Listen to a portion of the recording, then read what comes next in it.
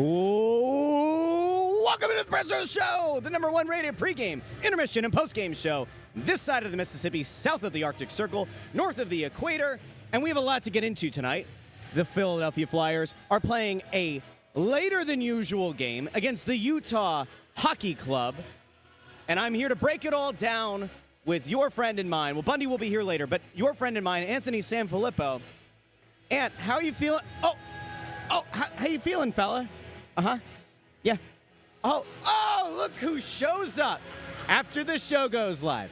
Look who shows up to the show. Ladies and gentlemen, my name is Russ Joy, and I am the advocate for the reigning, defending, undisputed, Only Flyers podcast, Snow the Goalie. Yeah. Now, we have a problem. We have a problem? Anthony SanFilippo showed up late tonight. Now, I want to walk people through this, and I'm even going to bring on intern Andrew for this, because when this happened not that long ago, when I was stuck in a lot of traffic, Ant was not very nice. Here's the difference. No me importa lo que digas. No, I'm not going to let this happen. No me digas. I'm not going to let this happen because because Anthony being late. Uh-oh. Oh, what a shame. He can't. No. What a shame. Look, he walked off. Never cut another man's mic. Never cut another man's mic. So I'm going to say hi to Khalif. Andrew, you and I can do the show. I don't care. So I just want to give people an update. I tweeted out that I think that everybody who drives Ubers and taxis and blocks the right two lanes around Xfinity Live should be thrown in jail. You did say that. Dan Hilferty's over there. Anthony is going to try to turn this man against me, and it won't work. It won't. So I noted to these guys, because I was coming into town first, I said, hey, it's really bad down here. Traffic is horrendous. Now, I sent that text to intern Andrew, to Anthony, and to Bundy at 5:53 p.m. Eastern Standard Time. I get a text from Anthony SanFilippo over an hour ago, 6:44, so an hour and 11 minutes later. Cutting this close, traffic blows at the complex. Now, Andrew. Yes. Remind me, did I or did I not send a warning a full hour and 11 minutes prior? You did. And you said almost word for word what Anthony ended up saying. I did. I might have had a profanity in there, but it was copied your whole flow. Yeah. Word for word, bar for bar. I mean, it was almost like certain quasi, radio personalities now who copy each other's tweets. Yeah. It felt very similar. We're not going to name those people tonight. 610-632. No, I think it's 888. Well, it doesn't matter. It doesn't matter. So Anthony's getting himself set up. He's got his charger over there. Now, we do have to talk about tonight's game. Now, Andrew, you mentioned a little bit ago, prior to us going live, it is funny. They're playing this Utah, and they're not the Utah hockey team. It's not like the Washington football team. Right. They are, in fact, the Utah Hockey Club. Which feels like a soccer thing. It does. Utah HC. Utah HC, yeah. I don't get it. We've had a few people who were up here way before the game who were asking our thoughts on Utah and whether or not Utah was a good team. I see a Coyotes jersey. I like the Coyotes jersey. We were talking with Mike, the organist. He couldn't name a single player on Utah. And he's usually very on the up and up on the rosters. Mike is a very knowledgeable man. He's an incredible organist. We can say organist. Yeah, I think so. Is he allowed to have his mic back on? Yeah, I'll turn his mic back on when he's ready to go. He's getting himself. Hey, by the way, they brought these over, and I'm going to give a plug here while Anthony gets himself set up and comes down off of his emotional high. The Flyers are now selling Gritty calendars for 2025. All proceeds go to Flyers charities. So these are apparently now available. They have Gritty in all different scenes. I don't want to spoil it for you, but I promise you there's hilarity. There are notes on here of things that Gritty has to do. My favorite was donate belly button lint. So that was good. I like to try to remember how the ending of Lost was. How did Lost end? Spoiler alert! You can't say it. Can't say it. All right, I would have done it. No, but don't do it because there's going to be somebody out there who's probably like tuning in. Doesn't Netflix have it now? Netflix has Lost, so somebody's going to get triggered if you spoil the show that ended a long time ago. But whatever. I'm going to go over here real quick. Brian C. says, I thought the Flyers were scaling back on Gritty. They have. I would say they pretty significantly scaled back on Gritty. Gritty's still here.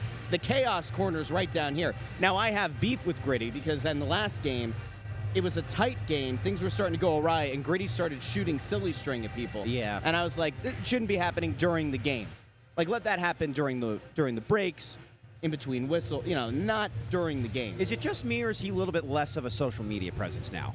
Like, I feel like what the guy from the Braves, Blooper, he's constantly tweeting. Bloopers. He's the worst. Bloopers hard. Absolute worst. But Gritty...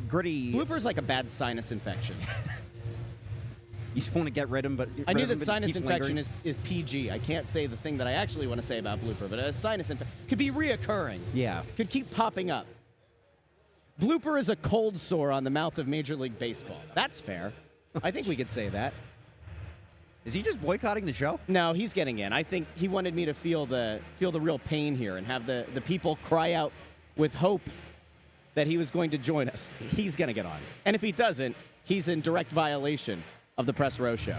And Dan Hilferty looked at him like, you need to go do the show. So I don't know what to do.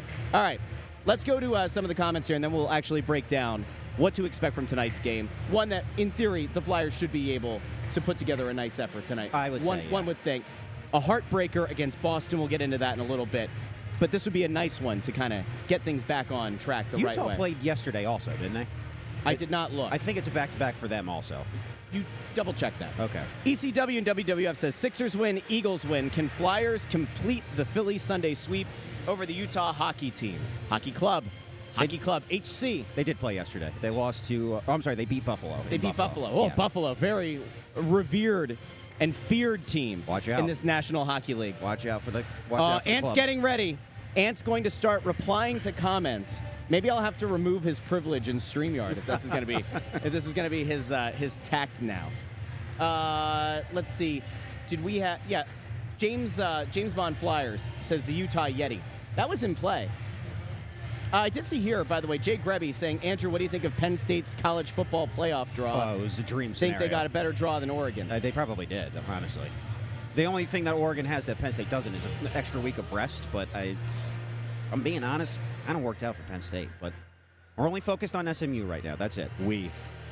All right, I want to get to something that came up a lot in the Boston game and has been a bit of a focal point, and it was something that even John Tortorella went and complained about post-game. Before they even took a single question, Jackie Spiegel, I think, was the first one to tweet about it, but before a single question was asked, John Tortorella, who was very, very fired up after the Boston game, said that he needs to teach his team how to dive, and that the whole thing is he teaches his team how to play the right way, but after the caca, we can say the caca, the mierda, if I just keep cursing in other languages, it's okay. I think the ban is only on English curses.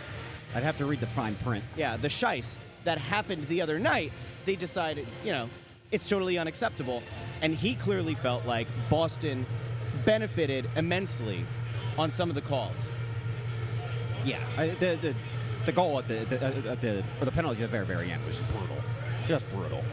It wasn't great. Now, there were two interesting things that happened late in that game. And at some point here when Ant puts on his headphones, he can weigh in on it. Or not. I don't know. This is like the time he tried to tell me I was grammatically incorrect in the press box and started yelling, called his old editor over, and the editor corroborated what I said. Really? Then he got very quiet. Yeah, I don't think I know that story. It's kind of similar here. He also didn't tell us that there was a reason that he was late, that something bad was happening. So if there's something awful that happened in his life, we can't use that against me or you or the people for being offended that he wasn't here at the start. Two things happened late in the game that had a lot of people on fire. One, Tortorella addressed post-game, which was Konechny had been evaluated, had been kind of flagged for concussion protocol. Yeah. And that he had cleared it. But then the quote afterwards was that he felt like Konechny was undisciplined and kept saying undisciplined. Now, there was a small part of the Flyers fan base that then took that, and they took it to mean that it would be undisciplined for him to play after a concussion, which legitimately makes no sense whatsoever. That's not a word that you would use. Reckless, maybe. Yeah. If you'd use the word reckless, you could say, oh, well, he meant it was reckless for him to go back out after suffering a potential head trauma. Konechny comes back, is presumably cleared. Tortorella said, I then chose to not play him, and then mentioned the issue about him being So he just didn't trust the team's medical staff? No, I don't think it was anything to do with the head injury. I think it was that Konechny had taken a bad penalty. Konechny had kind of played. This is why I said I think reckless would have actually been a better way, and it would have provided him a little bit of cover. Konechny was involved in a couple of moments late in that game, and presumably Tortorella was trying to send a message. Now, it's weird because a few weeks ago, when the Flyers played on TNT, Tortorella was asked about how he coaches Michkov, and he said one of the many things, was that he coaches Michkov and Konechny in a similar way. They make such great offensive plays and such dynamic offensive plays that you sometimes deal with some of the poor choices they make and some of the, oh, no, what are you doing? Oh, okay. And that sometimes he even mentioned Konechny by name and said sometimes you don't even know what the guy's doing. Like sometimes you have no idea what's going through his head. But because of the plays that he makes, because of the points he puts up, you just kind of deal with it. Well, apparently he wasn't willing to put up with it the other night. The other thing is, Matvei Michkov played one shift in overtime. They sent out Ryan Poehling for a longer shift than Michkov had. I saw you had a little bit of a back and forth with Mertitas on Twitter. And then Mertitas never answered the question. He said that they had 8 minors and that Michkov isn't going to play as much because he doesn't kill penalties, which wasn't the point. It was that in overtime, there was no reason that Michkov should have had a shorter shift than Poehling. When they started the OT period, they had Cates on. They wanted... Is he who took the face-off? I believe so. Because they had 3 seconds to kill. It was 3 seconds to kill. And I'm sorry, I don't know what the thought process is, but that felt like loser hockey. That felt like John Stevens hockey. That felt like play not to lose hockey. 3 seconds. You're that afraid of a penalty in overtime. I'm not acknowledging him. He's being a petulant child. I can't. He's right in my line of sight. I can't. He's just being petulant. Why don't you just turn the camera? Let him go get it. Here, do you want a tubular meat? Do you want to eat this while you're just sitting there? There's spicy mustard on that. Do you want it? Okay. Oh, my God. So he opts to have a couple guys on the ice that probably don't belong on the ice in overtime. Now, some traditionalists might argue that you want to have your penalty killers on because you never know what will happen in OT.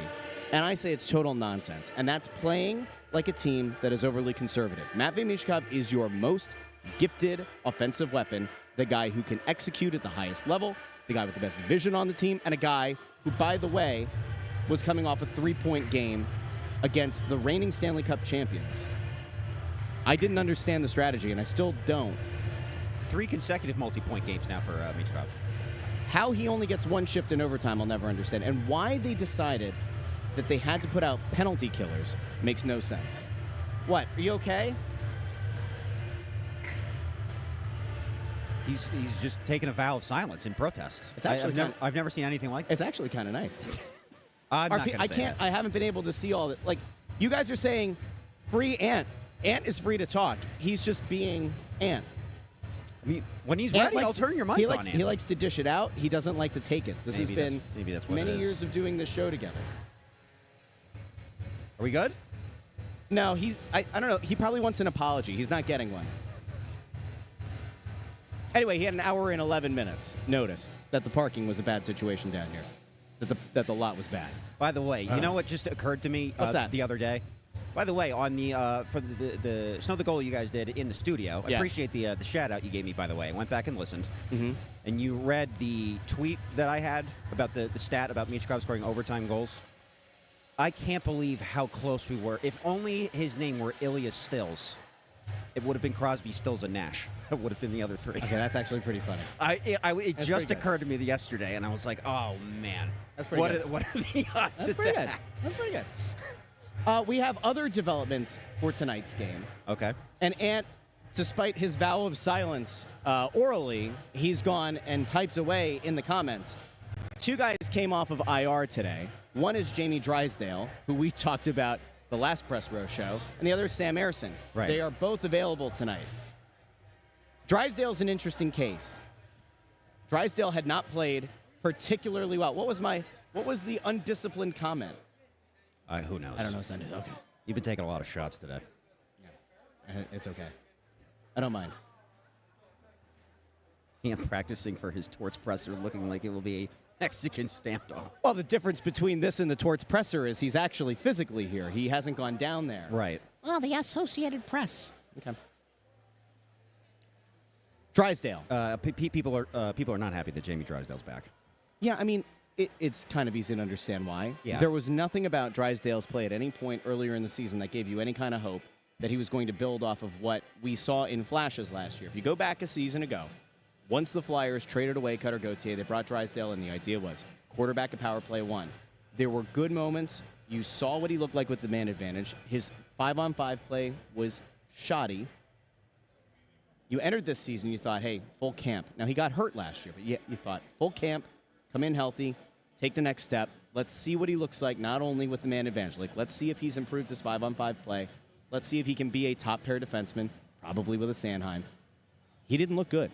No. He didn't look particularly good at all. I think his ice skating is probably his only redeeming quality at this point. But the problem is that the skating can be fine. The issue appeared to be, and the guy next to me at some point had mentioned at one point, that there was some internal disappointment or anger, perhaps, with the fact that Drysdale wasn't putting pucks on net. And if you're going to run the top power play unit, if it's going to kind of flow through you, and you're the guy at the blue line, you are supposed to put pucks on net. And he just, for whatever reason, seemed very hesitant to do it. Now, he gets the opportunity to rejoin the lineup. This team has now gotten to take a look at some of their younger prospects. They've gotten to see what a Helga Grans looks like. They got to see what an Emil Andre looks like. This fan base largely felt better about those two guys, more so than they did about the real centerpiece, along with the pick, that came here as part of the Gauthier trade. I think that's part of why people are very... It's just him not performing and watching him, it's just a constant reminder of everything that went down last January. It's almost a full year now. Can you believe that? Yeah. Because we got a little bit of a ways to go, but it's... At the time, he was kind of like the shiny new toy when he got here, and I think we were all excited. Mm-hmm. And then it's just completely gone south from that, and then it's like, well, now this really sucks. It really sucks that Gauthier didn't want to play here. I actually have a fix, Andrew. I don't know why this didn't occur to me sooner. We're going to fix the stream right now. Are you ready? Are you going to put me on Ant's face? There we go. Yeah. All right, this feels better. Okay. All right. Okay. I mean, I'll still look at you, but like, we're going to, maybe I should look over here. Look at you over here. Okay. Drysdale is going to have to put something together. Drysdale has to put some string of games together where he gets back the confidence of the coaching staff. To this point, there have not been...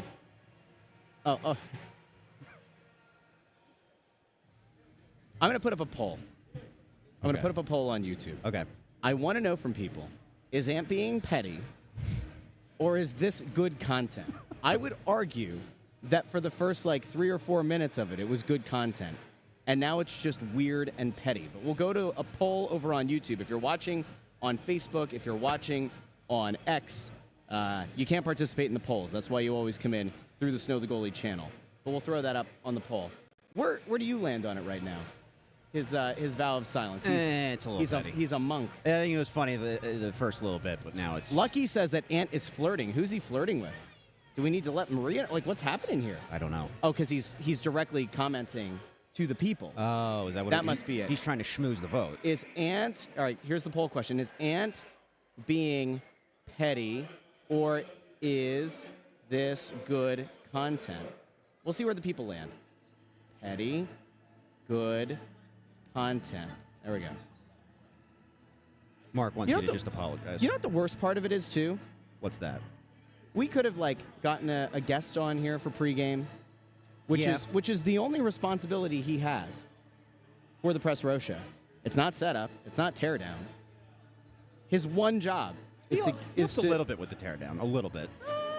Okay. He'll wrap up the headphones for me Ooh, sometimes. I'm enjoying this, though. Right now we're at 53% petty, 47% good content. 52-48. We're going to let that run for a little bit. Okay. The real question is, how many games in a row does Jamie Drysdale have to play well enough to remain in the lineup? Or is the ultimate ire of the coach, ready to come out? If he goes out there and he has a couple of bad turnovers, if he plays an undisciplined style of hockey tonight, is the leash super short? And I think there's a chance that, listen, Torts isn't the kind of guy to, give you rainbows and smiles and try to make you feel better about things. Certainly not. there is a decent enough likelihood at this point that if he makes a bad mistake, he's coming out. He sits a little bit. I would say the one thing that he does have in his favor, though, I think the Flyers kind of lack depth defensively. Well, they do.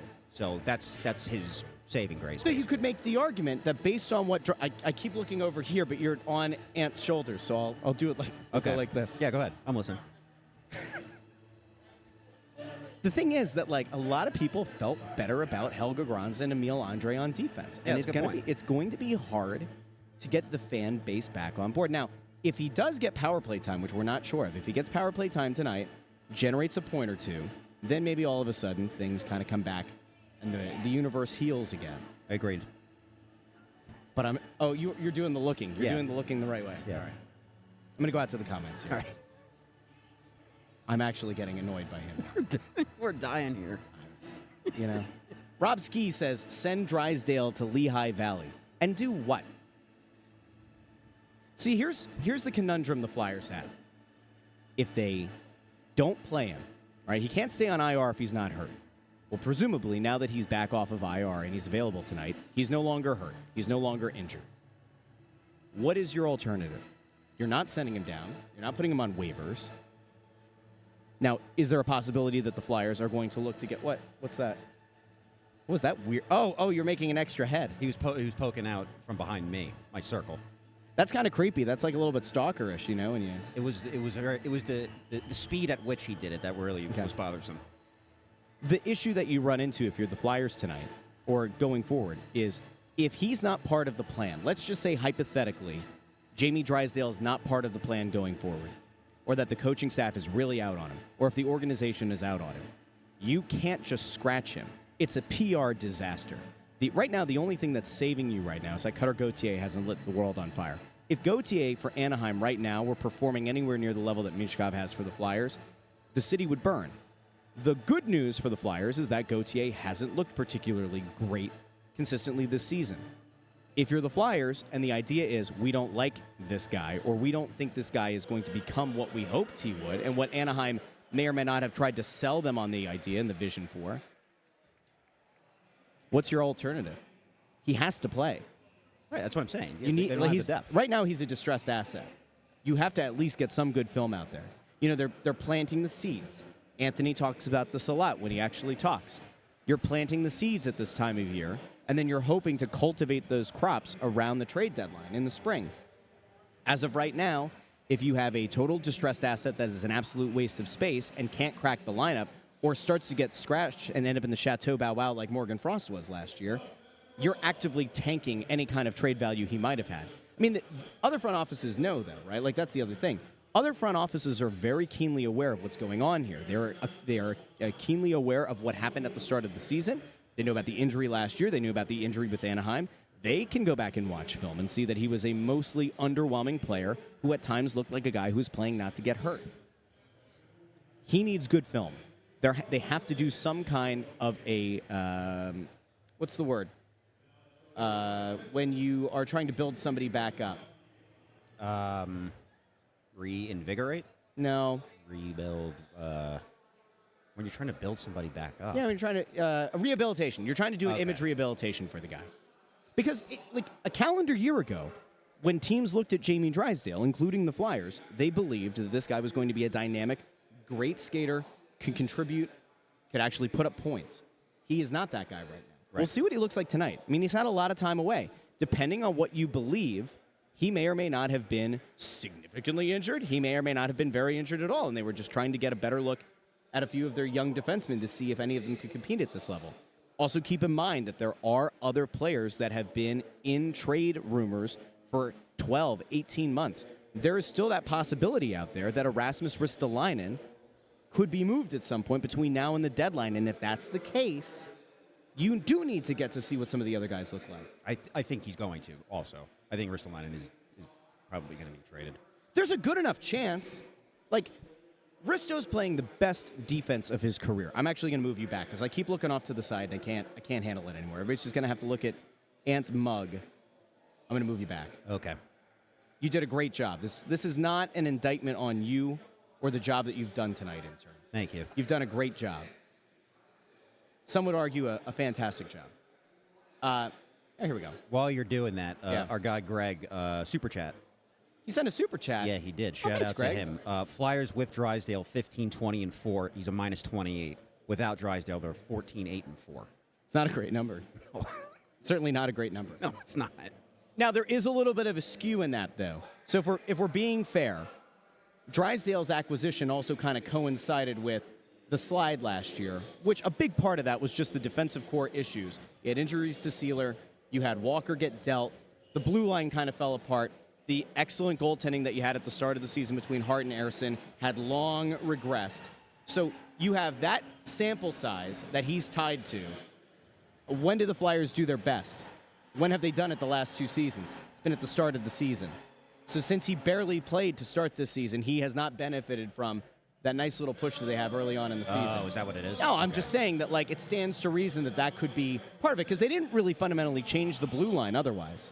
Yeah, but that also doesn't really explain his minus 28, though. The minus 20 is just bad. No, that's not. They good. were playing him a lot in top pair minutes at the end of last year. Right.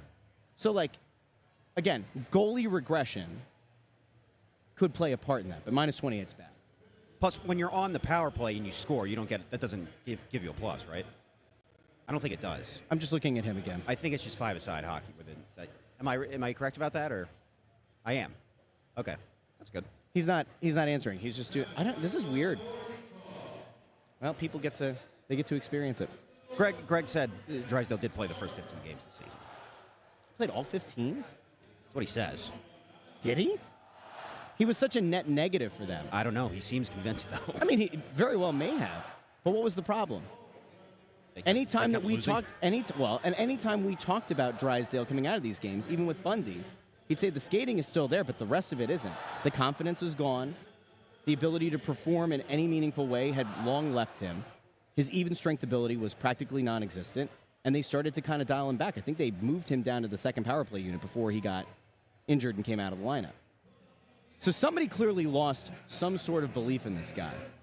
And presumably it's the coaching staff, as they're the ones who dictate the lineup. Right. But he's playing tonight. So I wanted to ask you, is there some element or something to be said that maybe the Flyers are lying to themselves to justify him playing because of the trade? I mean, well, that's certainly part of it, but you have to worry. By the way, the poll, I'm going to end the poll now. Okay. 50-50. Ant is being petty. This is good content. It's dead even? It was dead even. I stopped it at 66 votes. So 33 aside. Yes. Good math. That's good math out of you. That might get you promoted. Your wife needs to be caught up a little bit. From intern to whatever. What did she say? Why is Anthony salty? We just tuned in. Ant's salty because we had a little bit of fun at the start of the show. That Ant was late. Ant did this to me. When was that? That was when, that was like 3 weeks ago, 4 weeks ago. Something like that, yeah. And I said there were a lot of things going on. Traffic was bad. There were a couple of accidents. I gave plenty of notice. And he still came on, and he made a big thing out of it, and it was totally fine. We played it off, and it was okay. Ant showed up late. Glass I houses? gave everybody an hour and 11-minute notice that traffic around the sports complex was bad. Not that long before we were set to go live, we get a text that he's running a little bit, into some traffic, and wasn't here at the start. This is a popular show. And so he's gone silent for pregame. We got a couple super chats. I think presumably what he wants right now is for us to falter so badly that he gets to ride in like the White Knight. Yes. However, he's mismanaged that because we're 6 minutes away. We can absolutely vamp for 6 more minutes, and then Bundy's going to come over, and then Bundy's also going to be very frustrated by silent Ant, unless Ant is then going to break his silence for that. That's an only in journalism expression, by the way, a press box pod. Eric Breaking the silence. Eric Berkey, super chat. I guess this is a typo. He's if Ant quit playing Silent Bob. Yeah, I think he's just trying to say Ant should quit playing Silent Bob. Okay, and then I guy, agree. Andrew Fawcett, Snow the Goalie, hosted by Penn and Teller. You know what the nice thing is, though? We've gotten more super chats from this episode with Ant not talking. Here's the thing. So what does that Anthony's tell you? silence might be a moneymaker. It might be. It might be. Let's go. Steven asked, you spelled content wrong. I don't know where I did. I must have done it either in the question or in the option, whatever. Did you go to Catholic school? I did not. I did not go to All Saints Elementary School in Pottsville. I did not. You're a public school kid? I was a public school kid. Okay. Vineet Singh says, good afternoon, gents. I just logged in. Russ looks more and more like Ned Flanders each time. By the way, Nate Bargatze, Ant pointed out, is going to be at Wells Fargo Center next August. Yeah. My celebrity comedian doppelganger. Doppelganger, yeah. He's playing at Santander Arena in Reading, I believe in February. Okay. So live show from there? I don't know. That is during hockey season. I don't know. I don't want to put gray in my hair. By the way, somebody asked in the last episode, they said, did Russ color his hair for the studio? Did not. Confirm? Did not. You're denying. I am not Mike record. Missinelli. Okay. I wonder if Missinelli gets a color and a perm. Oh, Jesus! All right. What was that? He's coming on. Oh, my gosh. It's so loud. There's so much background noise. Bundy, hello. How are you? Hello. So, Anthony is. I'm gonna let Anthony talk now. Hey, Bundy, how you doing? Good, man. You? It's great to see you, my friend. Good to see you, too. What's going on here? Not much, pal. How's everything? All right. All right. Our camera's not on correctly. Intern's been filling in on the show, so he didn't angle the camera properly Anytime to get people you are on. way too happy like that, I get suspicious. Yeah, get a little suspicious of the intern. Well, What did I do? The camera's not lined up properly. boy, the first thing he has to say is critical of poor Andrew. Yeah, but that's all right. Ant showed up It's all late. good. We made a little joke about it, and he did a silent treatment for about 28 minutes. But now you're here, so now he's talking. I've sat here for the last half hour. I didn't even have my headphones He's on. about to say something mean. I have no idea what these two talked about, these two Really? numbskulls. Well, he didn't put his For the headphones past, on. I didn't put my headphones on. And we were talking to each other and the people. And they sent a lot of super chats. Yeah. I sat. So I don't know. Like, I I sat think in it's actually silent actually, protest. Like, Because I'll tell you why we I could, sat. We could just. I'll tell you why I sat in silent protest, go. and I'll get Bundy to support me on this one. I was 3 minutes late for the show today. Okay. Okay. Had a little bit of trouble getting into the lot coming off of 95. Okay. A little bit of a You problem. heard it. All right. But that's Okay. okay. Look, hey, I was 3 minutes late. Okay. Rarely am I late. Yeah, I if agree. ever late. Okay. This guy next to us is late all the time. All the time. Almost every freaking episode. I'm never here before him. All right. Did you know that? Late all the The time. times that I put up the banner and yeah. And I walk into being criticized for being late, and then as I'm trying to explain it, he turned my mic off.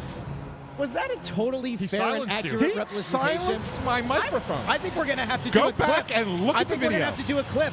Go I back do. and look I at the think we're video. gonna have to. He silenced my microphone so I could not talk.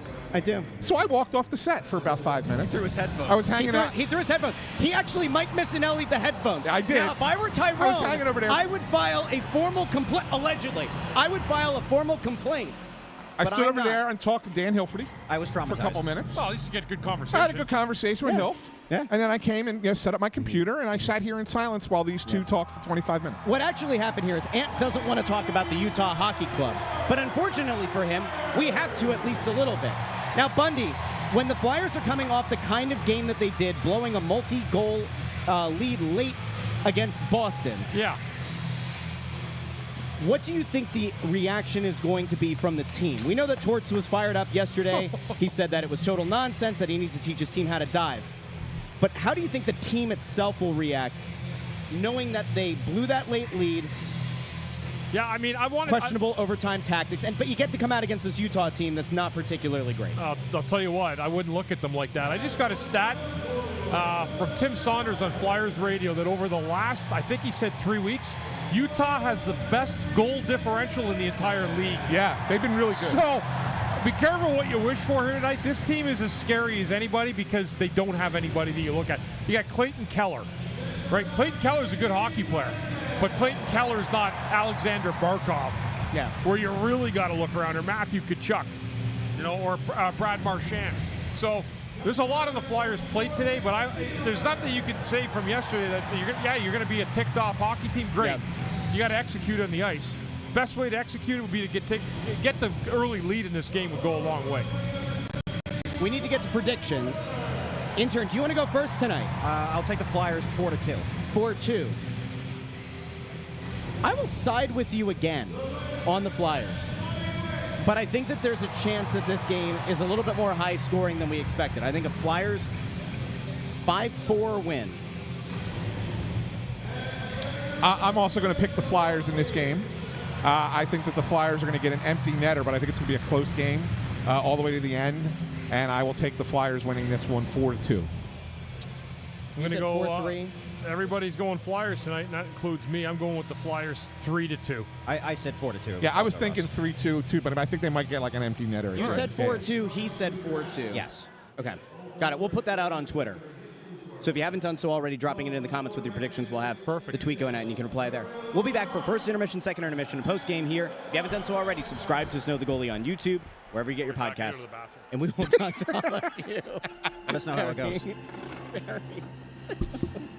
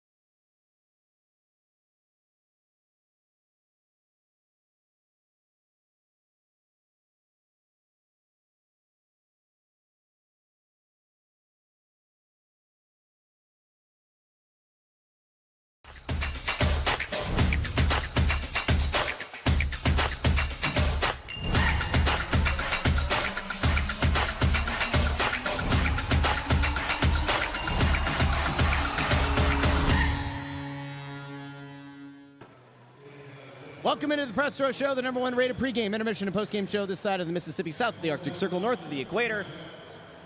Not a great first period. Just not good hockey at all.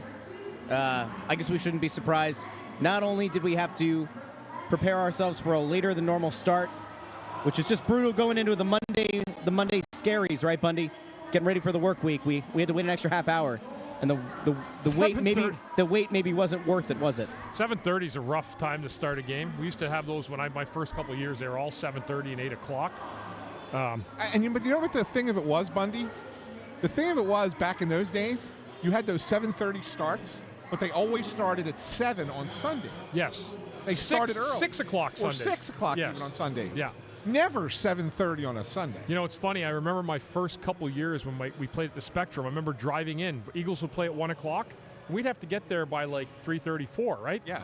I remember driving in with the crowd leaving. People blowing their horns at us like, go Flyers at night. Like, and it was like, we didn't have a big preparation like today where they had to clear it for half an hour. We were driving in with the crowd coming out. Yeah. So anyway, it was a good sports day in Philadelphia, though. A couple home games for some good teams, and makes for a nice affair for the city.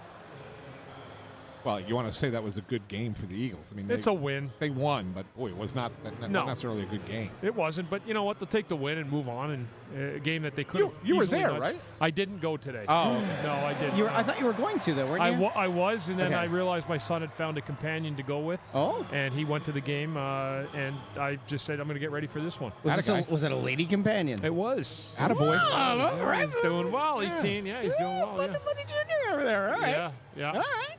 Attaboy. Okay. Good stuff. Yeah. Don't worry, you guys. Anthony's Stick already caps. been there. Russ, don't worry. You'll get there one Stick day. caps.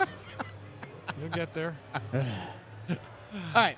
Yeah, not a lot to talk about from that period. No, and there are two teams that are coming off of games yesterday. They just look like teams that don't have their legs. Yeah, that was a very, very lackluster first period. There was, you're right, there was no pace, there was no tempo. Two really bad power plays by Utah. And that'll happen for at least a year. I'll be calling them the Coyotes for still about a year. Somebody was wearing I saw a guy up here with a Coyotes jersey and a Flyers hat earlier. Do you have a preference for what their actual name's going to be starting next season? Yeah, Utah Coyotes. You prefer Coyotes? I think it's kind of silly. I did look it up, though. The Utah Coyotes. Yeah. Didn't you look that up the other day, right? That coyotes are actually pretty prevalent in Utah. But then somebody said that apparently Arizona somehow retained the rights to the name Coyotes. I think that's correct. I think they did. I think the Yeti would be a good name. That's the Yeti. I like the Yeti. The Yeti's pretty cool. I'm a Yeti. It's an Yeti. easy mascot, too, for a team that's going to stink and is going to need other ways to get people I don't think they're going to stink. They got some young talent. They're all right. Yeah, but and they got an owner that's going to spend up to the cap. But the question is what kind of talent that are they going to invest in? I'm okay with the Yeti. What about the Mighty Mormons? Hey, by the way, we got Mighty Mormon Power Rangers.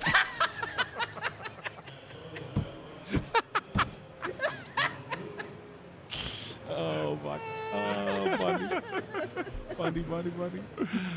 We were, usually we save this for the end of the period, but I'm gonna throw it out now. Like, Bundy told one of the funniest stories to me during the first intermission or during the first period, and I was like near tears. So we discussed how it could be told on the air, and we came up with a way to do it. So I would like Bundy to tell our audience about the time that he pranked Luke Richardson on the radio. Yeah, so I was, in case people don't know, I did radio, I think, for 7 or 8 years before I did TV for many others. And Luke Richardson was a great prankster when I played. And so I figured, well, I'm going to get this guy back one way or another. So he was in Ottawa as an assistant coach. And I used to have to get the interview for the first intermission. It was my interview. So I'd have a guy come on for about 8 minutes, whether it was somebody from the other team, another reporter from the other team. But I happened to have Luke, great former teammate of mine, great life friend. And I said, hey, come on in with me to intermission. And we'll just shoot the breeze and talk about your job here in Ottawa. And anyway, what everybody knew was that there was somebody in Ottawa, an executive, that sounded like Donald Duck when he spoke.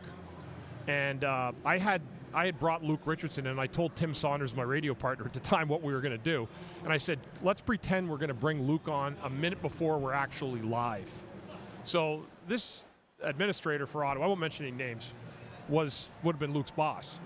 And I said to Luke comes on and he gets on, and we're still a commercial break, but he doesn't know it, right? He thinks that you guys are live. He thinks we're live. Yeah. And I said, great former team of mine, Luke Richardson, former Philadelphia Flyer. Luke, how's it going here at Ottawa? You're the assistant coach. I said, but do me a favor, before we start, I would just like you to do your best impersonation of person X saying, sassy mice race across the ice. And there's a pause and a look in his face of complete fear. And he looks at me, he goes, Bundy, I can't do that. And I go, what do you mean you can't do that? I said, this is a live interview. I go, why did I bring you on here? I said, this is unbelievable. I said, say sassy mice race across the ice in the best voice you can, impersonating him. And he goes, I can't do that. I can't do it. Anyway, I looked at it, I put my arm around, I said, you know what, pal, it's all good. We're not live anyway. Sassy mice. He goes, Bundy, I should kill you right now. Anyway, it was great. Sassy mice race across the ice. And imagine saying that in your best Donald Duck voice. I can't do it. Oh my God, that's good. Oh, so good. I don't know what's funnier. Like, well, I know who the person is, and so like that's somebody else knows who it is too. That's what makes it funny for me, right? Mm-hmm. Okay, but at the same time, I could just imagine Luke sitting there and seeing you go, hey, say sassy mice race across the ice on live radio. Like, who would think to say that, right? Like, that's so good. So good. Can I tell you about something that happened pregame? Yeah, go ahead. I told Andrew this. I don't remember if I told you. I was walking through. I had my tubular meats. And I was walking through a crowd of people. And there was a guy, and he pointed over to the setup over here, and he said, oh, yeah, Chris Therien does pregame show over there. That's their whole setup. Yeah. And he goes, he does it with Jason Martinez. So I'm walking through. I say, now with Jason Martinez. And he goes, oh, wait, yeah. And then the guy looks at me, and he goes, that's Jason Martinez, about me. And I was like, definitely not. And I kept walking, right? And so then I'm like, well, that was weird, but okay. Like, the guy will figure it out. Like, Jason Martinez and I look nothing alike. Mert has a very nice beard. I'm envious of the beard. You're about the same height. We are. But, like, I don't think Martinez has ever had hair. So, like, it's, like, no. So I'm sitting here during the period, and I told this to intern Andrew. The guy comes over at one of the TV timeouts, and he goes, hey, Jay. And I'm thinking, sometimes people, like, get Joy confused, and they say Jay. I don't know why. And he's like, hey, Jay, is your brother Vinny? And I looked at him, I'm like, we looked at each other, I'm like, this is not. And I said, who's Jay? He goes, you, Jason Martinez. I'm like, that ain't me, homie. That ain't me. That's funny. So you need more facial hair. Yeah. Yeah. You got about a year's worth of a beard work. I got to shave the head, too. Yes. But that was not You're nowhere close to shaving the head. No. No. I have a massive dome. It wouldn't look good. There's no chance. I'll get a hairpiece. Okay. Intern Andrew is here with his stat of the night. Brought to you by the fans of Intern Andrew. Yeah. Intern. I think I know what the stat of the night is. We texted about it a little bit the other day. Yeah. Don't ruin the moment for him. I'm not. You had him all worried pregame. I think I You know had him legitimately worried and upset pregame. Okay? Don't do this to him again. He doesn't. I gave him his blankie. He's okay. He's still learning. All right, go ahead. So I know that a lot of my stats this year have been revolved around Michkov being a teenager and what he's doing at this young of an age. I figured I'd get one more stat in about that because he turns 20 tomorrow. This is his last game as a teenager. So he scored 2 goals against Boston yesterday. His 3rd consecutive multi-point game. He's one of 3 Flyers teenagers in team history to do that 3 times. 3 consecutive times. The other 2 being Lindros and Peter Zezel. Okay. There are 2 Flyers rookies, not teenagers, but 2 Flyers rookies that have ever gotten 4 in a row. That is Michael Renberg and Ron Flockhart. Flockhart. I was going to say Flocky Hockey. Flockhart did it twice, actually. Yeah. So Michkov has a chance to do it tonight. And then, like I said, he turns 20 tomorrow. By the way, did you know today is the 37-year anniversary of Ron Hextall scoring the first goal by a goalie? No, I did. saw that on I did know Twitter. that. Yeah, I saw Okay. that. Yeah, but that's good. That's a good poll by you. That's Thank good. you. That's good. 37 years ago, I remember watching it. Can we just note what's happening across from us right now? We have a gathering We got of listeners. super fans. We got Mike Butts. Yeah. Mike Butts is over there. Yeah, super fan Eric. Super fan. Oh yeah, there's super fan over there. Yeah, guys are listening We got to us. another one of our. Yeah. guys. We got shake hands over here. in a Yeah, little bit. these guys are there. The best. That's a guy North from Carolina? Yeah. You came all the way here from North Carolina? Love it. Love it. You came here all the way from North Carolina. Wow. That's awesome. We'll have to talk to We'll you. have to definitely talk to them. Definitely talk to them. But like the best part about it is like because they're listening on their phones. Yeah. And there's a little bit of a delay. Yeah. From what we're saying live to when you actually hear it. It's What probably is it? A few Mike seconds? is confirming by nodding. It's like just 10 seconds. It's like 8 to 10 seconds, Mike. A little bit shorter than that. A little bit shorter than that. Okay. So yeah, there's a slight delay. But it's funny to kind of catch them like listening up to their ear while they're standing right in front of us. Yeah. Yeah. So and my favorite is when Mike's standing there and he's punching in comments. Concerned fan is here. Yeah, punching in comments as he's listening and watching us in person. So it's a unique experience. He said he's not too concerned. I saw him before the game tonight. Super fan. Well, he shouldn't be. Yes. They've been playing pretty Are you good. concerned? Oh, he's nodding now. Now he's concerned. He looks concerned. now is he's he, concerned. Is he more concerned about the Eagles after today, or is he No, more he concerned? does not care about the Eagles He at doesn't all. care about the No, Eagles? does Oh, no, not care. he's kind of giving the side to side. Medza, huh? Yeah. All right, this game. Let's talk about. Let's talk not about. a lot going on. Well, let's boys. talk about two. There are two players that rejoined the lineup tonight, Yeah. and they're probably the two that are worth talking about before we end up, for the second period. Jamie Drysdale and Yep. Sam Ersson. Yep. Ersson, of course, doesn't face a ton of shots in that first. Faced what, 10? Yeah, and they were all like really up close, 12. like nothing 12 great. shots. Nothing great. Yeah. Just reflex-wise, Bundy, you could understand a long layoff if a guy's a little bit rusty, if he doesn't totally look like himself, but, short, they're mostly close shots. But he looked okay. He was fine. I mean, I thought he was active in the crease. A lot of the plays that Utah had were down in and around the crease area. They didn't really get like a ton of shots. They were trying to snap some shots through from the outside, but nothing got through that was like a real rocket that he had to make a 10-bell save on. Just little knick-knack plays in and around the net, but nothing detrimental. And I thought the same thing for the Flyers. They had one good chance, so that was Sanheim had a nice chance in the low slot area. It was a good save. But again, it looked like two teams that played yesterday, and it took them 20 minutes to get their legs going. That's what it looked like to me. Andrew Fawcett made a good point, and Andrew already put it up. Intern Andrew already put it up on the screen, but he put it back up again. Drysdale actually put a shot on goal on the power play, and it's important to note that because right before he left the lineup with his injury, upper body injury, the concern is that he was not getting shots on goal on the power play, and that was why the power play was struggling so much at that time. And Torts was unhappy with it. That's why he was demoted to PP2 for a bit. well, wasn't he was supposed to be, but that was when he went out of the lineup. So Emil Andre was going to kind of take over his spot, and then he was out of the lineup, so he became the guy anyway, right? Yeah. But it's important with Drysdale getting back into the lineup that is something that he immediately does. I mean, he's a work in progress all the way around, but that is something you expect him to be the power play quarterback. If he's going to be, that's something he has to do. So, yeah, it's a good question here too. Yeah, and yes, the answer to that is yes. Even though if the first period was a little dull to watch, does it help Ersson and Drysdale?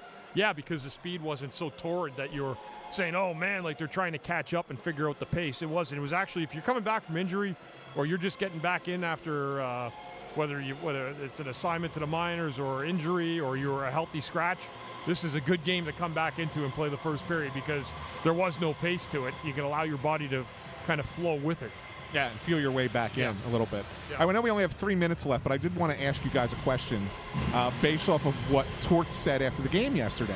Obviously, everybody knows he went scorched earth at the start of his presser, not necessarily waiting for a question.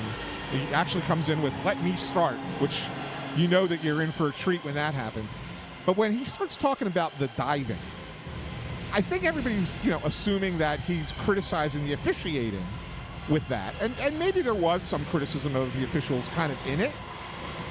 Tell me if I'm crazy, but I kind of looked at it as he's being critical of the Bruins. Yes. And the way they play and the way Joe Sacco is coaching them.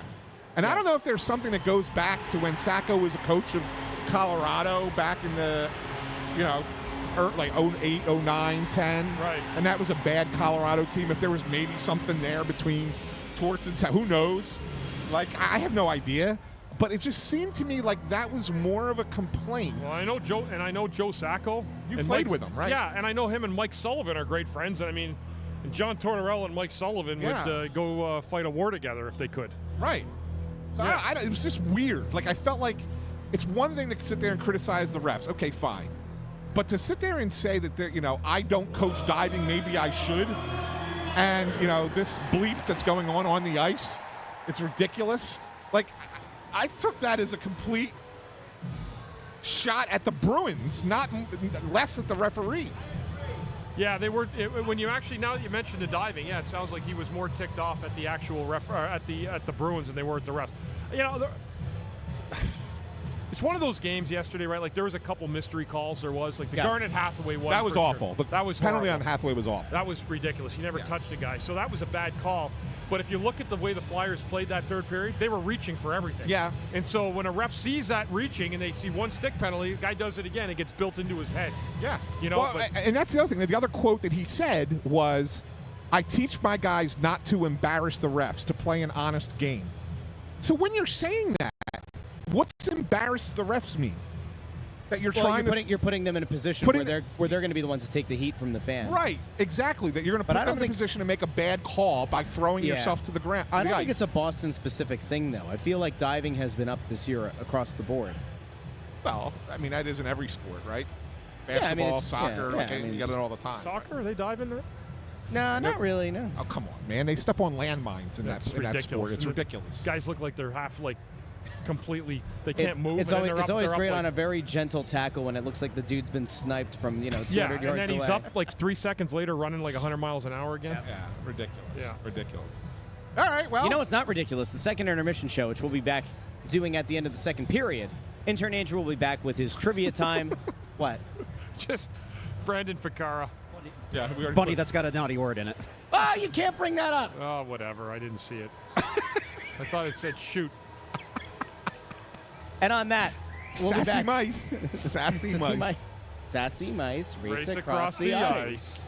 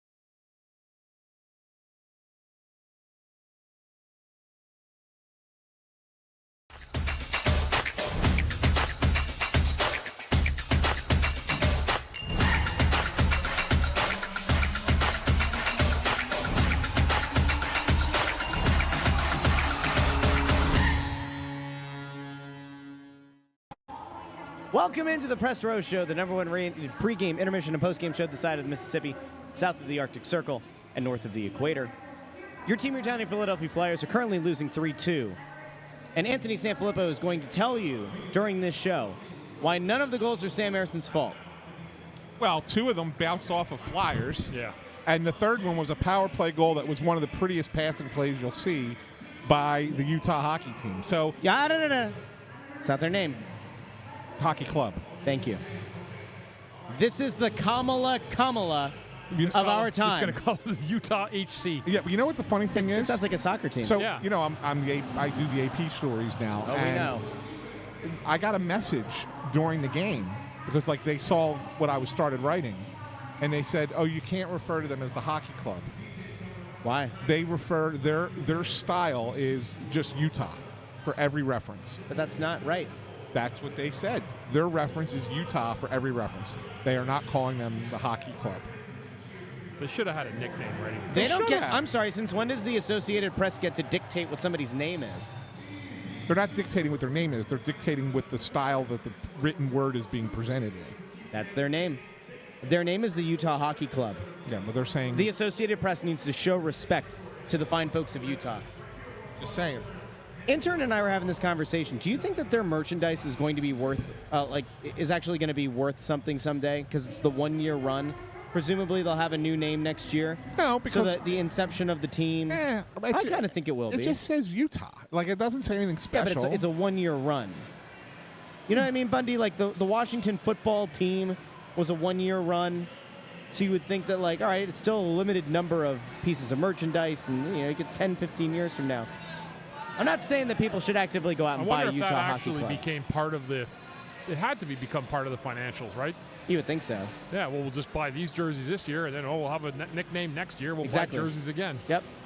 Which might be why the commies are trying to get the old Redskins logo back. Because then they would have the Washington football I thought team. that got approved. They'd have the Commanders, and then they'd have that. I thought that got approved that they I could don't use know. that Did it? they could use that logo. They're not calling the team the Redskins, but they could use that logo. I know that again. they petitioned it. I don't know if they. I thought it got approved. Maybe I'm wrong. Well, you can't have that logo called them the Commanders. No. Well, no, it would be like for a throwback uniform or something Oh, okay. kind of thing. All right, hold on. So here we go. This is the most up to date. The logo will make a bit part return. I don't know what a bit part return means. They've ruled out bringing back the original logo despite reports that negotiations were underway. I don't know what that means. All right, we'll do a little bit more research into this. Yeah. Shame on us for bringing this up. Intern Okay. Andrew needs to look it up. That's, but he has put together some damn good trivia from what I've been told. When I say damn good, I mean because he's been looking at the Hoover Dam and other assorted dams from across these United States. Yeah. Hey, 2 goals for the Flyers that period. Owen Tippett, it's amazing what happens when you put the puck on net. Seeing eye shot. You see what happens? Just hit the net. Anything can happen. It was a little bit of a like odd knuckler that just slow pitched its way home and found a home between Stauber's legs. And Joel Farabee Joel off the Farabee. schneid after 12 games. I mean, it took a shot from Nick Seeler, hit him in the knee, and fell down in front of him and put it in. I mean, but that's the kind of garbage kind of goal you want to get. He's in the for right Farabee. position. Right, absolutely. Right Right. place, right time. Gets the goal on the doorstep. That's a good goal for Farabee, and hopefully he can build on that. He's been around a lot lately. He just hasn't been able to finish. Yeah, and you could see the almost the relief in his muted celebration. Like, all right, finally, now I can go back out there and start anew again. Like that drought is off that monkey drought is off my back. Farabee's emotions are always the same. He has the same face no matter what. He almost belongs in Dude, Where's My Car? Oh yeah, I remember that. Yeah. And has no idea what we're talking about. That's okay. I know what dude where's my car is. See you though? Do you? All right, let's go to intern Andrew. We'll get back to the hockey here in a little bit, but the young man has arrived at tonight's game with what I've been told is one of his best trivia questions of all time. I got to ask this before you give the trivia question, Andrew. Okay. Normally, you do a trivia question related to the opponent. Yes. Now, are we getting a question that ties into either the Phoenix Coyotes or the original Winnipeg Jets, or are we going to get something completely off the? It's going to be more of a league-wide thing, but it's something that includes Utah. Okay. All right. So I actually asked this question last year, but you were in Clearwater, I believe. So it was just Bundy and Russ. Okay. But the Flyers were playing St. Louis, and the Flyers had actually just happened to make Couturier the captain. And the Blues also had a brand new captain that year. It was Braden Shen. So this Utah Hockey Club this year has a brand new captain. It's Clayton Keller. Right. Can you name the other 6 teams that have a new captain this season? 6 teams 6 teams. that have a new captain. Well, did the Rangers name? Well, a new they have to captain have since- one now.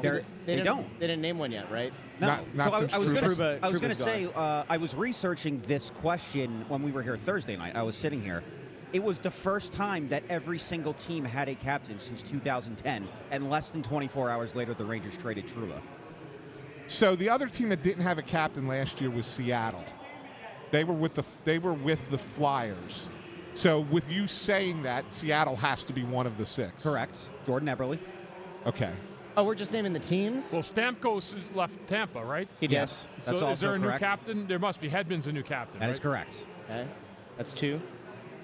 Marchand in Boston? Last That year was was his last first That was year. last year? last year. Okay. How about Montreal? Suzuki was there last year too. Yep. So Montreal's one. No. That was okay. last year. So we have 2. No, we have 3. Oh, Toronto. Seattle. Toronto. Austin Matthews. Adam Oh, that's right. Bundy. That was a switch. Yeah, that was a switch. We're at Yeah. 4. That was the switch. You're missing 3. Oh, so we're at 3. Oh wait, Anaheim. It's not Goody. not gut. It's not- Ratko not- Gudas, Radko right? Gudas, Former yeah. Flyer, Radko Gudas. Ah, Yeah. we liked Gudas. Good dude. Goody, He was yeah. he was a good. Yeah, he dude. was. He was a good dude. Chicago. That a boy, Russ. All right. Ah! You know who it is? Was it Foligno? Yeah. Good work by you. I noticed when Bedard was in town. I did a little bit more research for that game. I Yeah. wanted some stuff about Mishkovin. This is a great team effort by you guys tonight. 5. Yeah, how, we how did- many? How many are left? 1. No, we got them all. No, So that you're was, missing 1. no, that was only 5, right? So we got 6. No, we have 5. It was Seattle, Toronto, Chicago, And Tampa. Tampa, And Anaheim. And Yeah, Anaheim. so you're missing 1. Very interesting. Hey, Bundy, do you see what Ant's doing? No. Is he looking? Oh, he sure is. Is he cheating? Looking at who? 100%. Who am I looking at? Staring right at you were staring right at the comments. But people are never right in the comments. Well, I should say never. The people, Absolutely not true. they are sometimes wrong in the comments. We have to call out hypocrisy when we see it. In these unprecedented times, now more than ever, it is vital that we uphold truth. I'm just trying to think of the. Somebody just got it, by the way, so don't look. Don't look. Oh, I'm not. Where are you looking? Where are your eyes at right now? Excuse me, sir. We're up here. I'm not guessing. We're up here. Oh, he's not guessing because he's seen it. Okay. No, I don't know. I'm I don't know trying the not answer. to look. I don't know the answer, so I could. I don't know it. I could guess 20 more teams Is and it eventually is get it it an right. Eastern or Western Conference team? Eastern Conference. All right, let's rule out some. We can rule out Washington. We can rule out Pittsburgh. Did Columbus? No. We said Toronto. We got Toronto.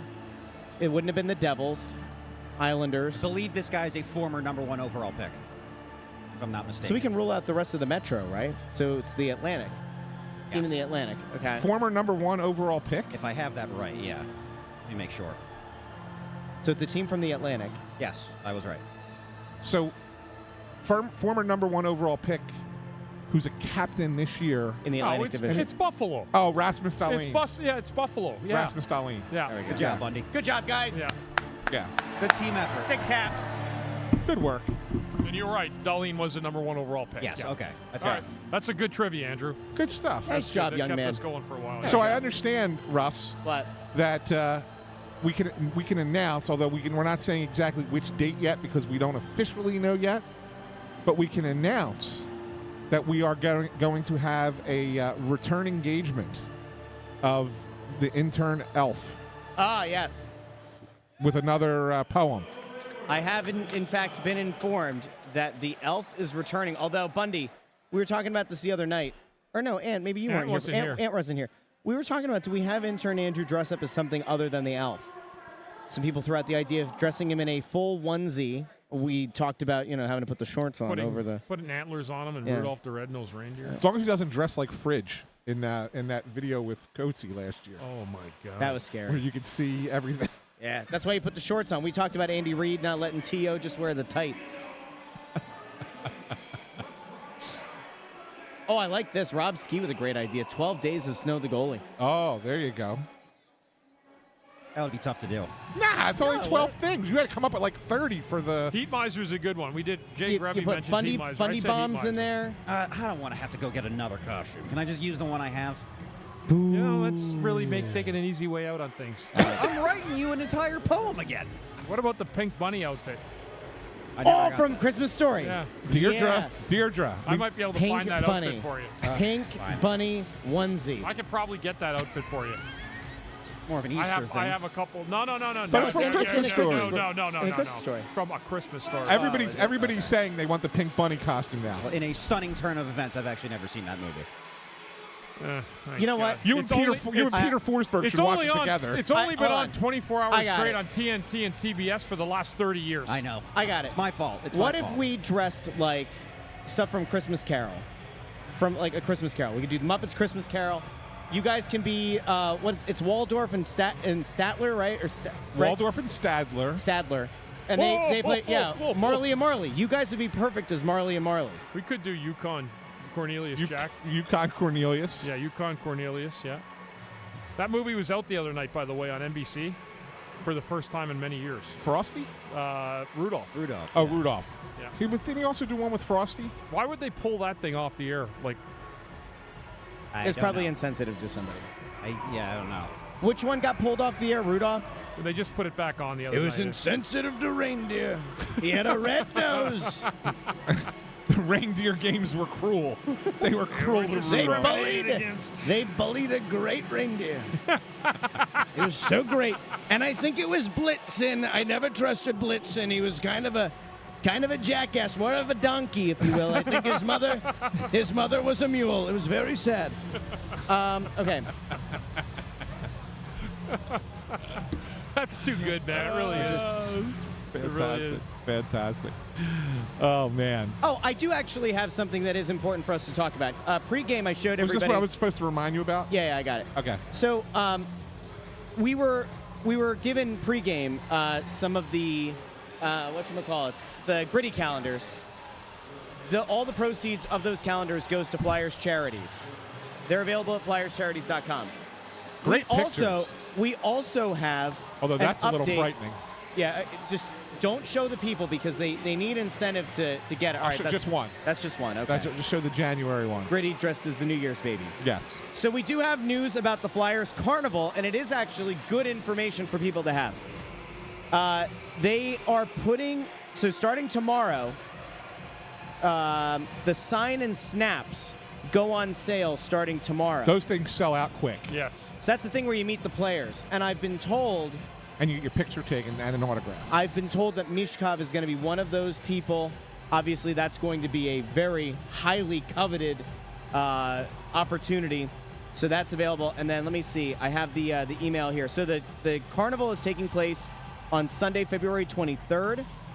It is the 46th annual Charities Carnival. And if you go to flyerscarnival.com, I believe that's where these tickets are going to be available. Kids under 12 are free. One adult ticket allows the ability to reserve tickets for up to four children under the age of 12.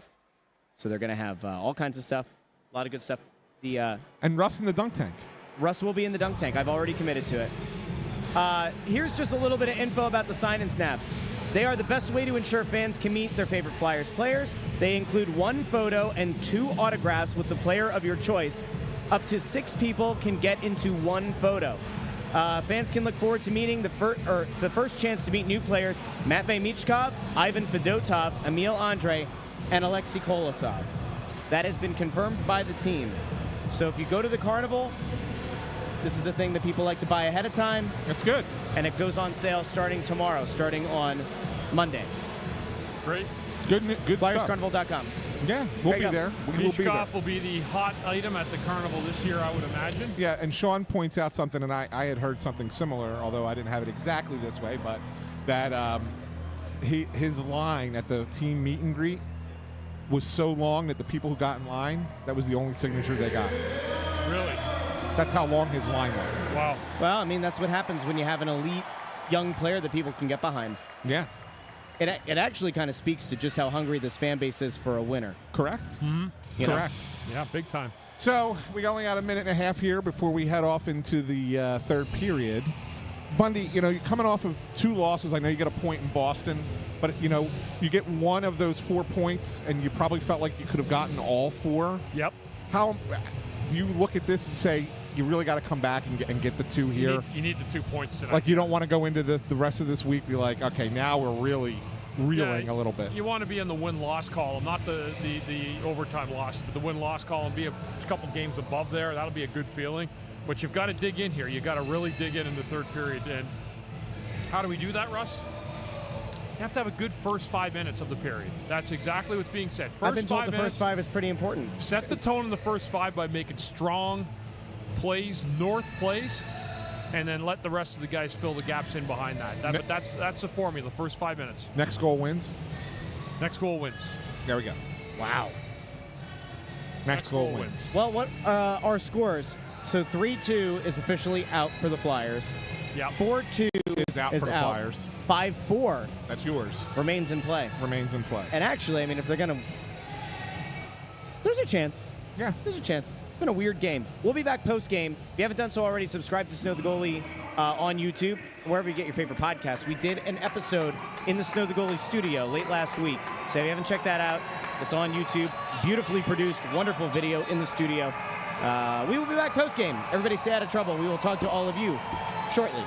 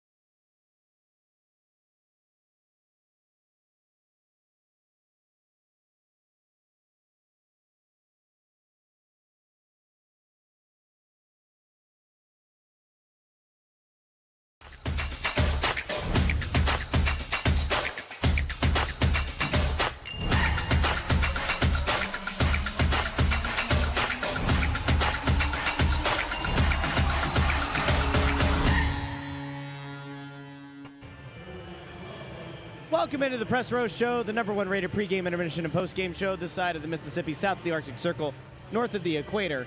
And it was, some things in this life are worth the wait, Bundy. The extra 30 minutes tonight, the 7:30 puck drop, the hockey game that we were treated to tonight was not worth the wait. It was not a pretty game. No. But it was certainly a winnable one for the Flyers. They did not execute down the stretch, and we had one of the worst boneheaded, over-skating plays. Shades of Brad Marchand in the shootout a couple years ago. Morgan Frost overskates the puck. It goes to Utah, and they beat Ersson. Was it 5-hole there on the little mini breakaway? Yep. 4-2 iced the game, killed any chance the Flyers had of a comeback. Your immediate reaction to this loss at home? It was not a good game. I don't think it was a particularly entertaining hockey game to watch. Maybe some people differ with me if they saw it on TV, but watching it live here, I just didn't think it was a great game. But that being said, you can play games that aren't great and there's not a lot of tempo or pace, and you can still find a way to dig in and win, especially at home, and the Flyers weren't able to do that. Utah, to their credit, they played a very good road game. They really did. They kept things quiet. They only took one penalty in this hockey game. They're a team prone to taking a lot of penalties. They didn't do that. And it left the Flyers behind the 8 ball after they got that power play goal. Flyers special teams have got to put a little check mark next to them lately because they've slipped in terms of what you want. Your power play was not good. The shorthanded play by Utah getting a goal on the power play. Flyers need to clean up their special teams pretty quick here. Hey, breaking news. Mets just got Juan Soto. Oh, no. Mets agree. Juan Soto agrees to a 15-year, $765 million contract. He will be in the NL East for the foreseeable future.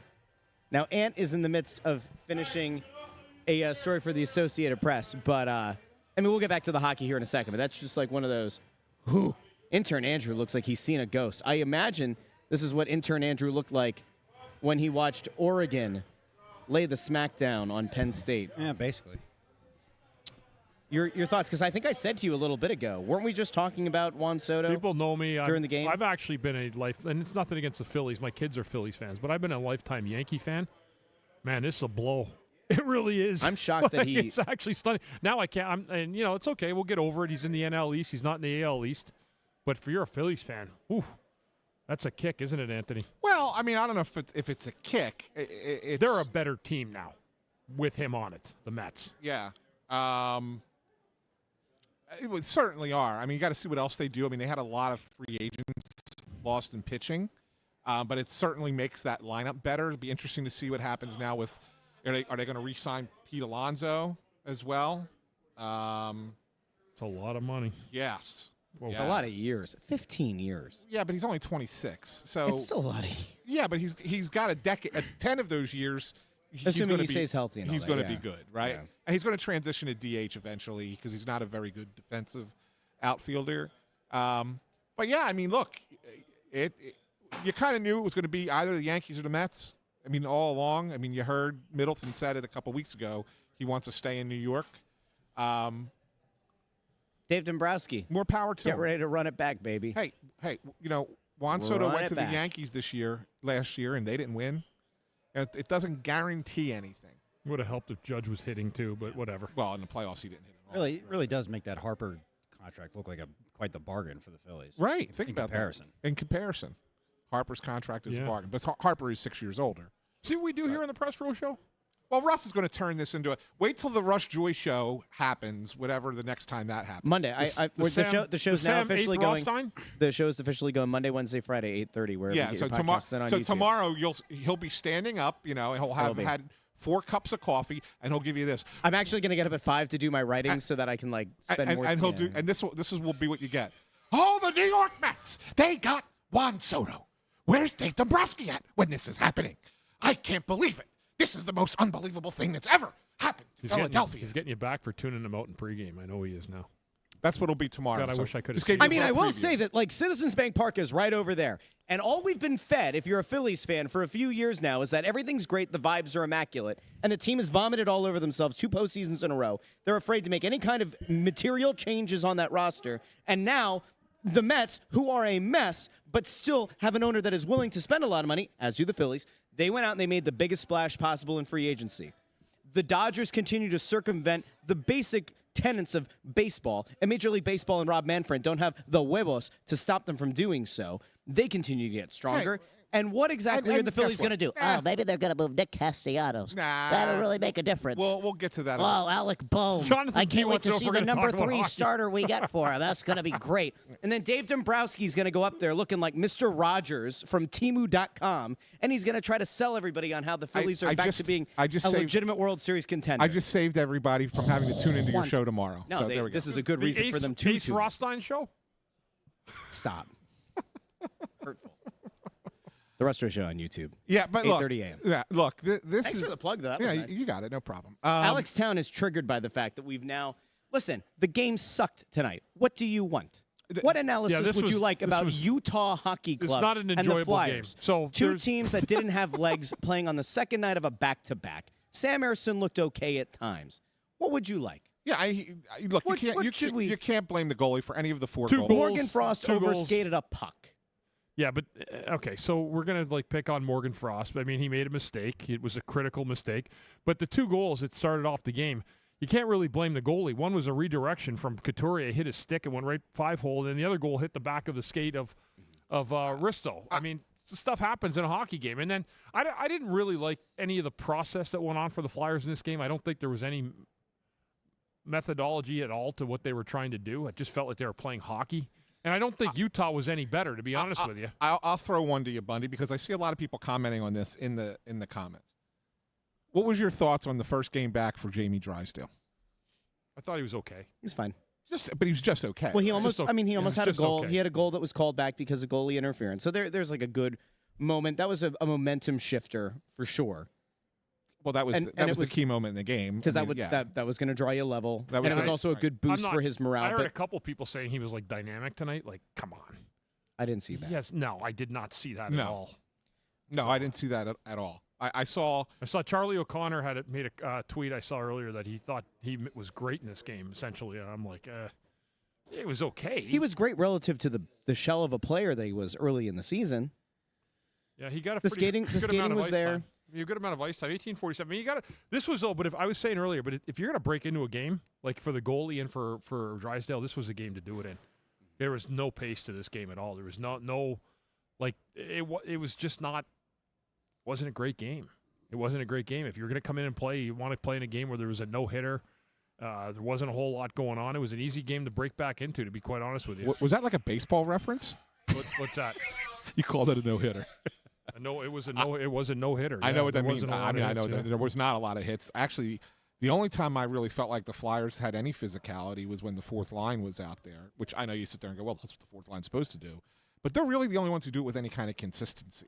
Like there was even a play at one point, and I don't want to criticize Bobby Brink for the play because he made a good play. Yeah. But he actually takes the body, and I'm going to use air quotes because it was not a big hit by any stretch of the imagination, but he kind of takes the body at the blue line to try and separate the guy from the puck. But Bundy, it almost seems like guys when they do this now, and it's like I said, not killing Bobby Brink, but this is something that's epidemic in the league. They kind of pull up. Yeah. Before hitting the guy. It's almost like, well, I really don't want there to be a big collision, but just enough to maybe get the puck to go off of the end of the stick. There's absolutely guys that go out of the way of a hit now. Like they don't want anything to do with it. Right? There's coaches now that tell guys that hitting is literally overrated. Avoid it if possible. It's crazy to me. And like I said, that's not just Bobby Brink. He actually did separate the player from the puck, but it wasn't a big hit, and you could see that he pulls up just before he makes the hit. I actually want to show a clip. This was a positive. If you want something nice to take away from the game, Travis Bollinghoff put this over on Twitter. I'm going to share it here real quick. So there was a nice moment at the end of the game. Mishkov gets sent off, and as he's exiting from the arena, I'm going to take the sound off of this.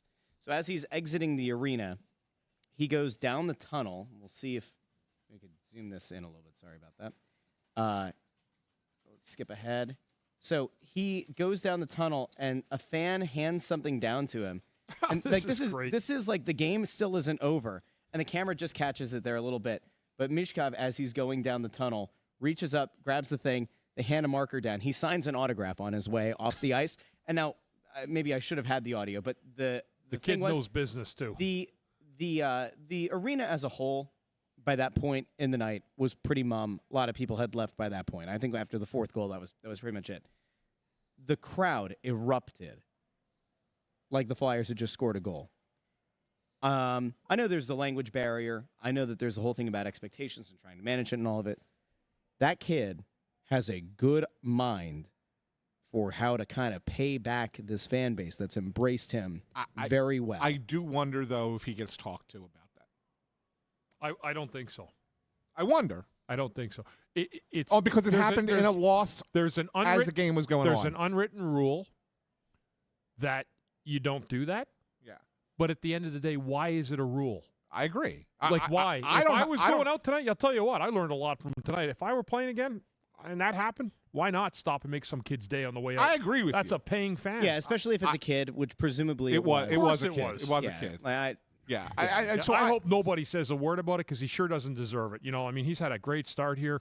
And I'm sorry, just being a 19-year-old kid, soon to be 20. Yeah, good for him. 20 years old good tomorrow. For him. Like I love. Happy that he birthday did that. in 90 minutes to Matvei Mishkov. It tells you a lot about the kid.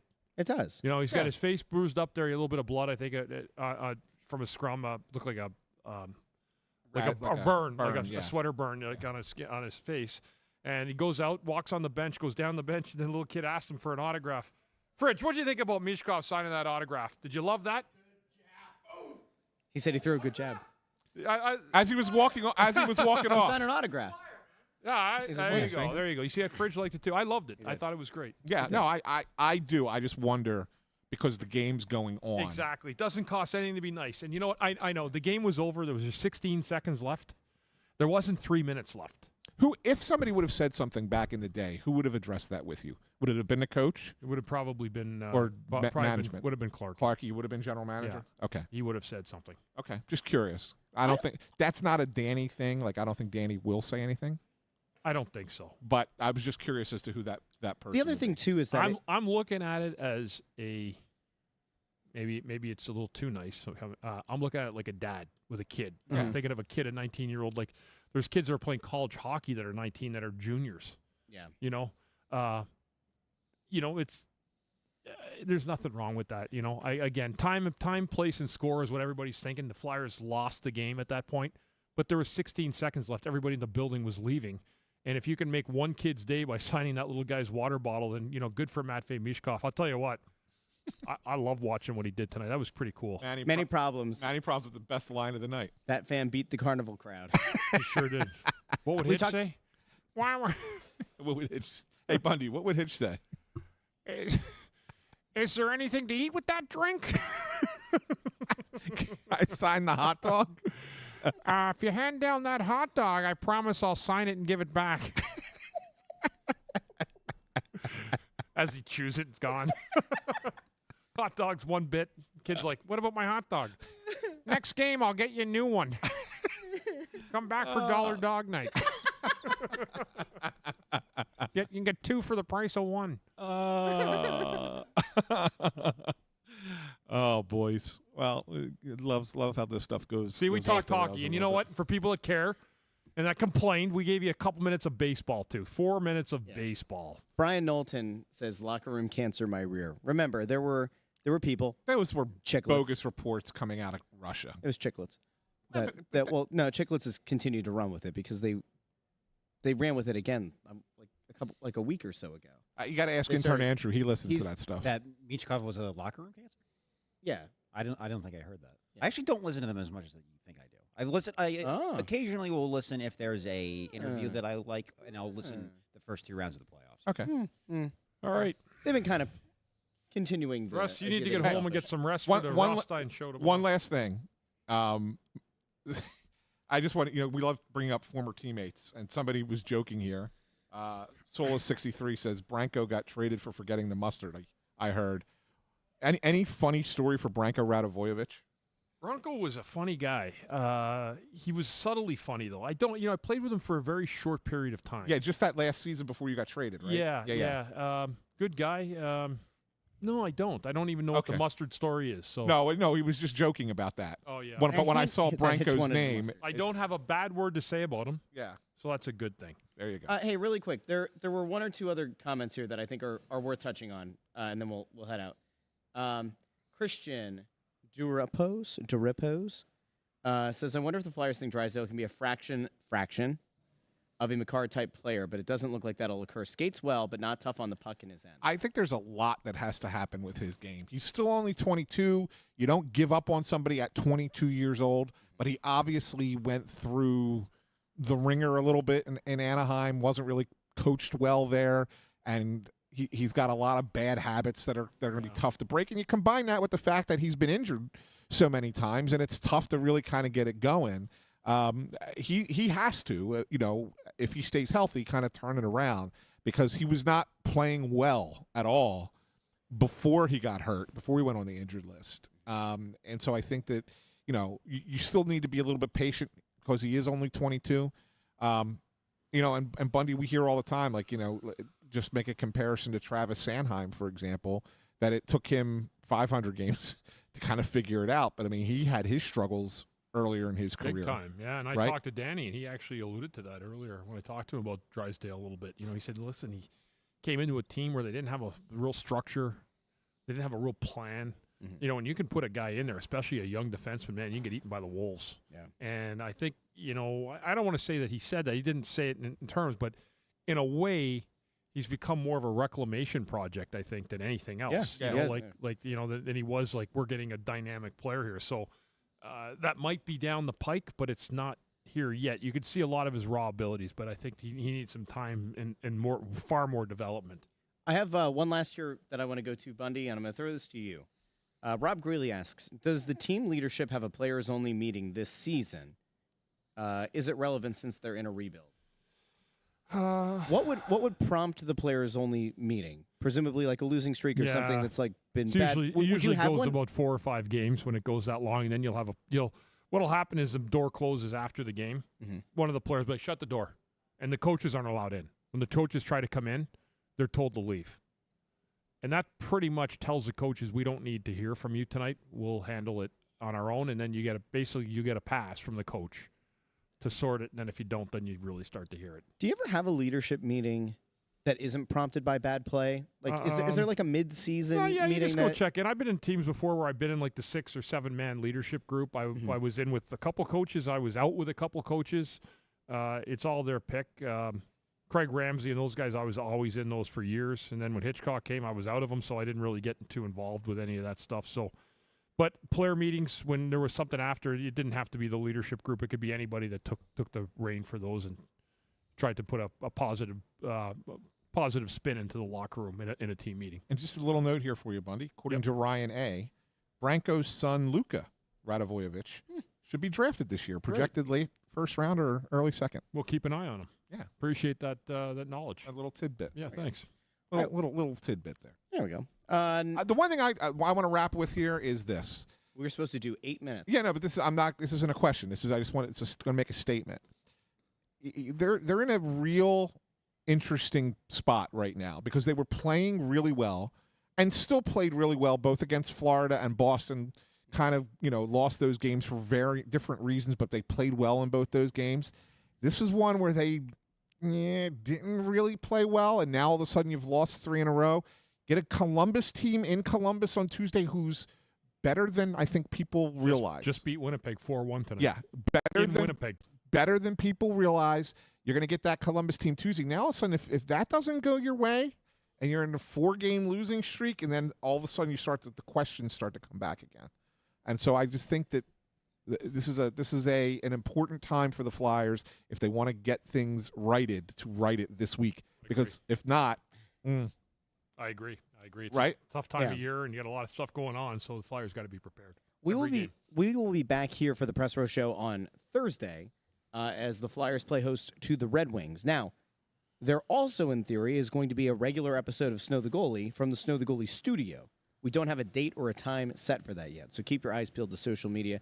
And if you haven't already subscribed on YouTube, make sure you subscribe and then ring the bell to get notified whenever we go live. And whenever we set the studio up, we kind of like do the announcement on YouTube as well and on Facebook. So you kind of get notice ahead of time that there's a new show popping up. Great.